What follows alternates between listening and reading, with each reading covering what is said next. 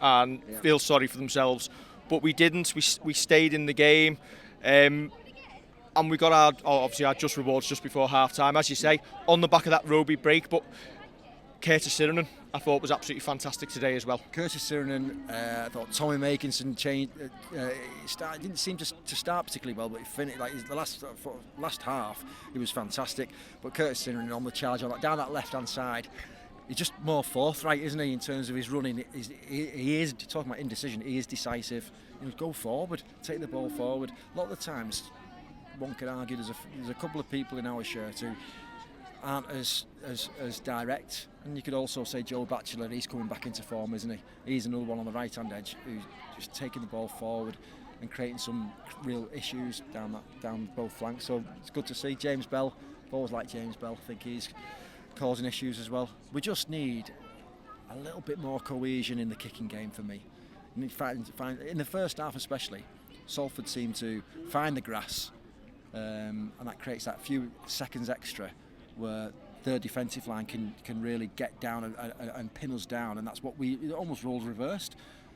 Lewis Dodd started to find the grass in his kicking game in the second half, and that changed things. Obviously, as you were saying about Nathan Graham earlier, I thought once we got the taste for putting those high kicks up and putting that chase pressure on, it worked, and we stuck with it, and we got the just rewards out of it. We had the perfect start to the second half when we scored within the first couple of minutes, and then obviously once we took the lead, we haven't really looked back. No.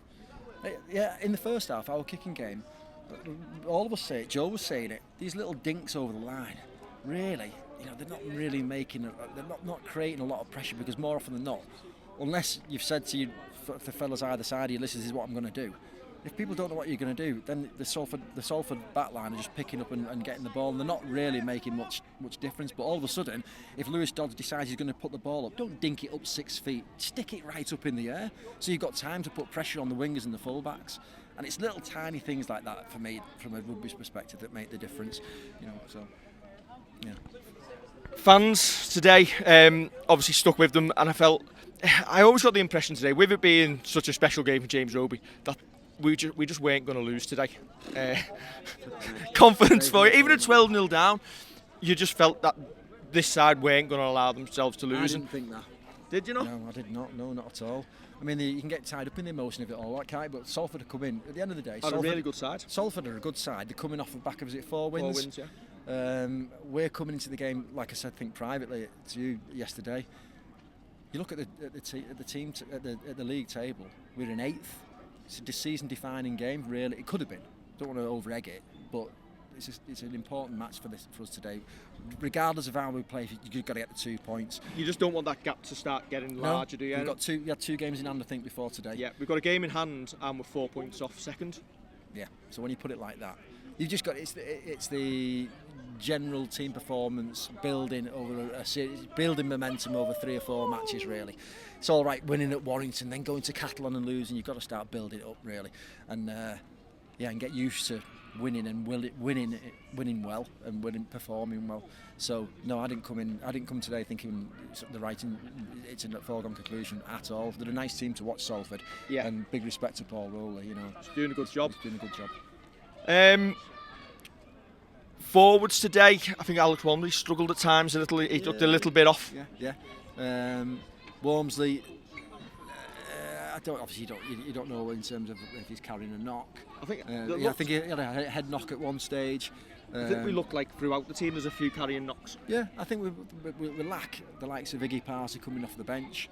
I thought George Delaney runs hard. We need the likes of Morgan Knowles to stop getting banned and get some more size. We need some more size back, don't we? He's gone 5 games without appearing in front of the disciplinary.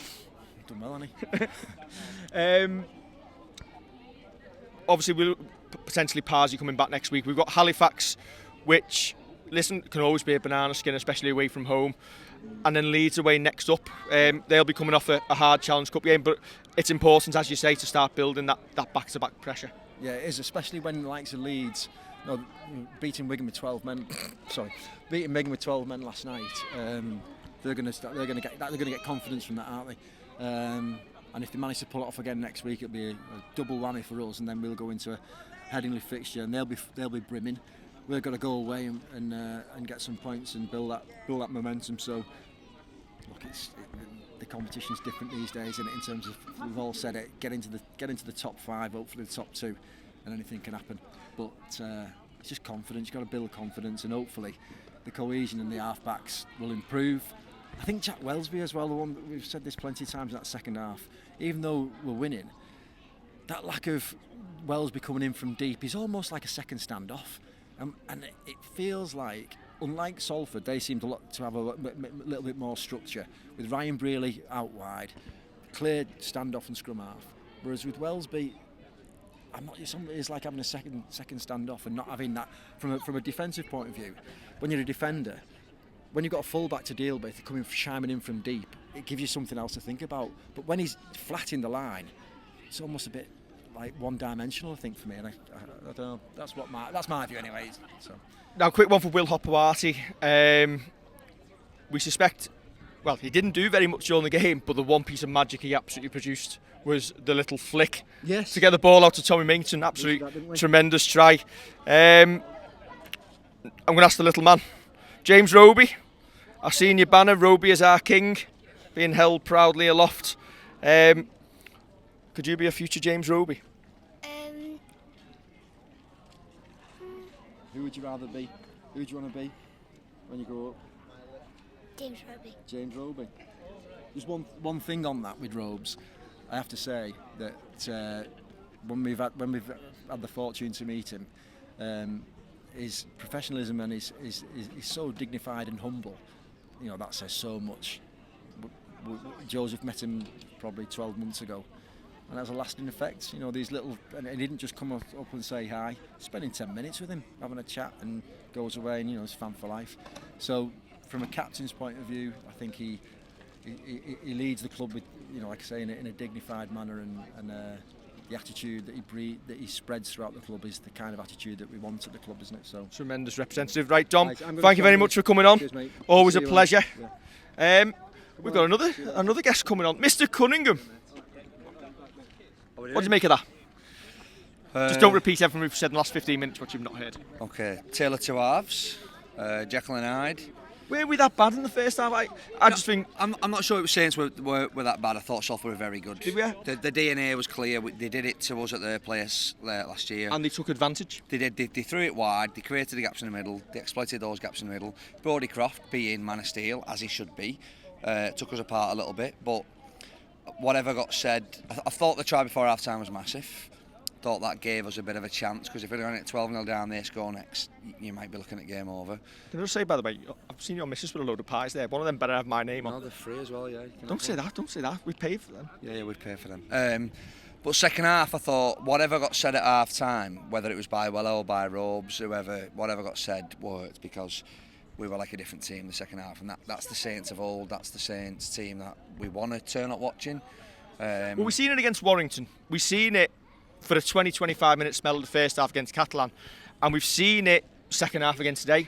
If we put that together for much longer spells in games, the defence is still relatively solid, not conceding loads of points. We're going to be there or thereabouts. Yeah, of course we are. Not forget, we're missing big bodies as well. You're missing Morgan Knowles, Ignatius Parza, Mark Percival, just to name a few. The only Matautia? Yeah, Matautia. So we're missing big bodies, and look, Salford are a good side, but I think they came to with a game plan of get the game on in the first half, and they didn't quite get the 18 or the 24 points they maybe came for. And we knew, especially when we went over for that first try just before half time, we knew that we had a chance, and we came out second half, we were incensed. And look, Salford, they're impressive when they throw the ball out at times, but they are also the worst enemy, because they've gifted us 2 tries there today by trying to throw it around on their own line. And some of it makes me, some of that pressure came from the pressure from the West Stand. Yeah, it did. And look, and I love it when we get on our D the way that we do, like that in front of the West Stand, and we're positive and we're attacking and we're hard. We're difficult to get through, and I thought they did that to us first 10-15. We looked a little bit lost, we didn't know where we were to go. Matty Lees for me today was pretty quiet, and but Alex was as well. Yeah, when he went off, I thought he was better with his impact when he came on second half.